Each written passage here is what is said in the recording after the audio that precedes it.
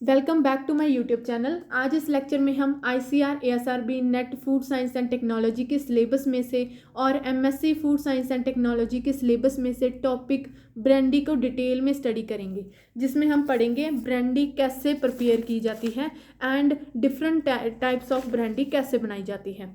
तो चलिए स्टार्ट करते हैं। जो ब्रांडी का नेम है वो डच से आया है, जिसका मीनिंग है ब्रंट वाइन। ठीक है, जो ब्रांडीज है उसको हम वाइन या फिर किसी भी फर्मेंटेड फ्रूट जूस से बना सकते हैं। इसको डिस्टिल किया जा सकता है किसी भी लिक्विड से जिसमें शुगर प्रेजेंट हो।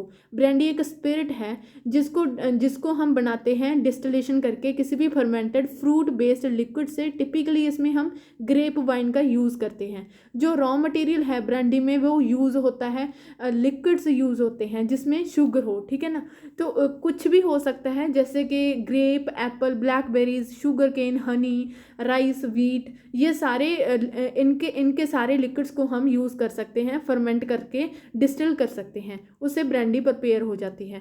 जो ग्रेप है उसमें less than 8% alcohol are too pale to produce the desired aroma. Those with जिसमें 9% से ज़्यादा अल्कोहल होगी वो इनएडुकेट कंसंट्रेशन में पोजेस करेंगे। जो ब्रांडी है वो 2 टाइप की होती है डिस्टिलेशन प्रोसेस के बेसिस पे। ठीक है, तो जो ब्रांडी है एक होती है फाइन ब्रांडी, एक होती है मास प्रोड्यूस्ड ब्रांडी। जो फाइन ब्रांडी है वो स्मॉल बैचेस में होती है, in pot still and double distillation उनमें होती है। जो मास प्रोड्यूस्ड ब्रांडी है उनमें फ्रैक्शनल डिस्टिलाइजेशन की जाती है। तो डिस्टिलेशन प्रोसेस क्या होता है? डिस्टिलेशन एक मेथड होता है जिसमें हम मिक्सचर को सेपरेट करते हैं on the based of difference in their volatile in a boiling liquid mixture. तो ब्रांडी बनाने के लिए पहले हम ग्रेप्स को प्रेस करते हैं। ग्रेप्स को प्रेस किया जाता है, पहले राइप ग्रेप्स लेने हैं, उनमें इंजर्ड एंड ब्लेमिश्ड जो ग्रेप्स होंगे उनको अलग अलग कर देना है एंड राइप ग्रेप को लेके प्रेस करना है, उनका जूस निकालना है एंड उस जूस को फर्मेंट करने के लिए रख देना है 20 से 25 डिग्री सेल्सियस पे 5 डेज़ के लिए।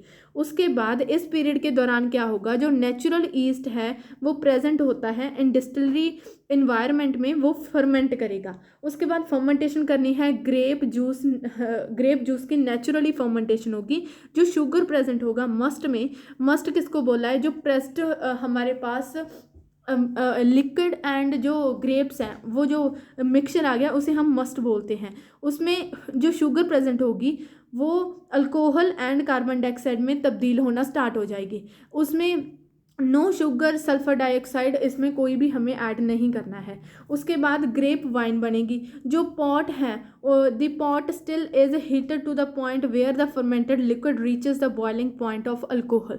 जो पॉट स्टिल है उसको हीट किया जाएगा उस पॉइंट तक जब तक फर्मेंटेड लिक्विड रीच ना कर जाए boiling point of the alcohol तक। उसके बाद फर्स्ट डिस्टिलेशन की जाती है जो कि अप्रॉक्स 8 आवर्स के लिए चलती है। फर्स्ट डिस्टिलेशन 8 आवर्स के लिए चलती है। इसमें 3500 gallon of wine have been converted to the about 1200 gallon of concentrated liquid. ठीक है, बट अभी वो ब्रांडी नहीं बनी है। विद अल्कोहल कंटेंट उसमें होगा 26 से 32%। In the alcohol vapour through the swan neck और to finally condense when they come in contact with cool air in the coolant और द पाइप। तो फर्स्ट डिस्टिलेशन में क्या होता है, जो 3500 गैलन ऑफ वाइन है उसको कन्वर्ट कर दिया जाता है 1200 गैलन ऑफ कंसनट्रेटेड लिक्विड में। वो अभी ब्रांडी नहीं बनी है, उसमें अल्कोहल कंटेंट होगा 26 से लेके 32%।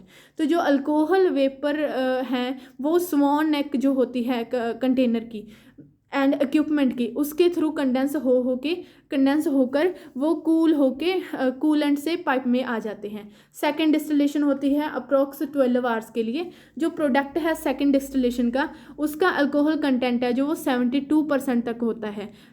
हाई कंटेंट होता है अल्कोहल का, जितना ज़्यादा हाई अल्कोहल का कंटेंट होगा उतनी ज़्यादा ही नेचुरली जो ब्रांडी है वो प्रोड्यूस होगी।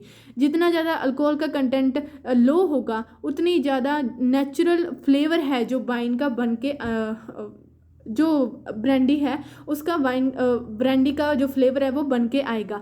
But there is a much greater chance two of flavour, but of flavour होने के बहुत ज़्यादा चांसेस होते हैं कि वो जो फाइनल प्रोडक्ट है उसमें ऑफ फ्लेवर प्रोड्यूस हो सकता है। सेकंड डिस्टिलेशन के बाद होती है कैस्किंग। जो कैस्किंग होती है सेकेंड डिस्टिलेशन के बाद होती है। ये फर्स्ट स्टेप होता है जिसमें हम ओक कास्क को यूज़ करते हैं एंड उनको एज होने के लिए रखते हैं। उसके बाद जो न्यूअर ओ कास्क हैं for period between 1 to 50 year and more than 50 year, उसमें क्या होता है कि अब्जॉर्ब हो जाता है flavour from the cask in long time, become less astringent and high tannin level. तो सेकेंड डिस्टिलेशन के बाद जो ब्रांडी बन के आई है उसको उसकी कैस्किंग कर दी जाती है। उसके बाद ब्लेंडिंग होती है, उसमें नेचुरली रिड्यूस हो जाता है जो अल्कोहल कंटेंट होता है ब्लेंडिंग के दौरान 40% तक अल्कोहल प्रोड्यूस हो जाता है कंटेंट।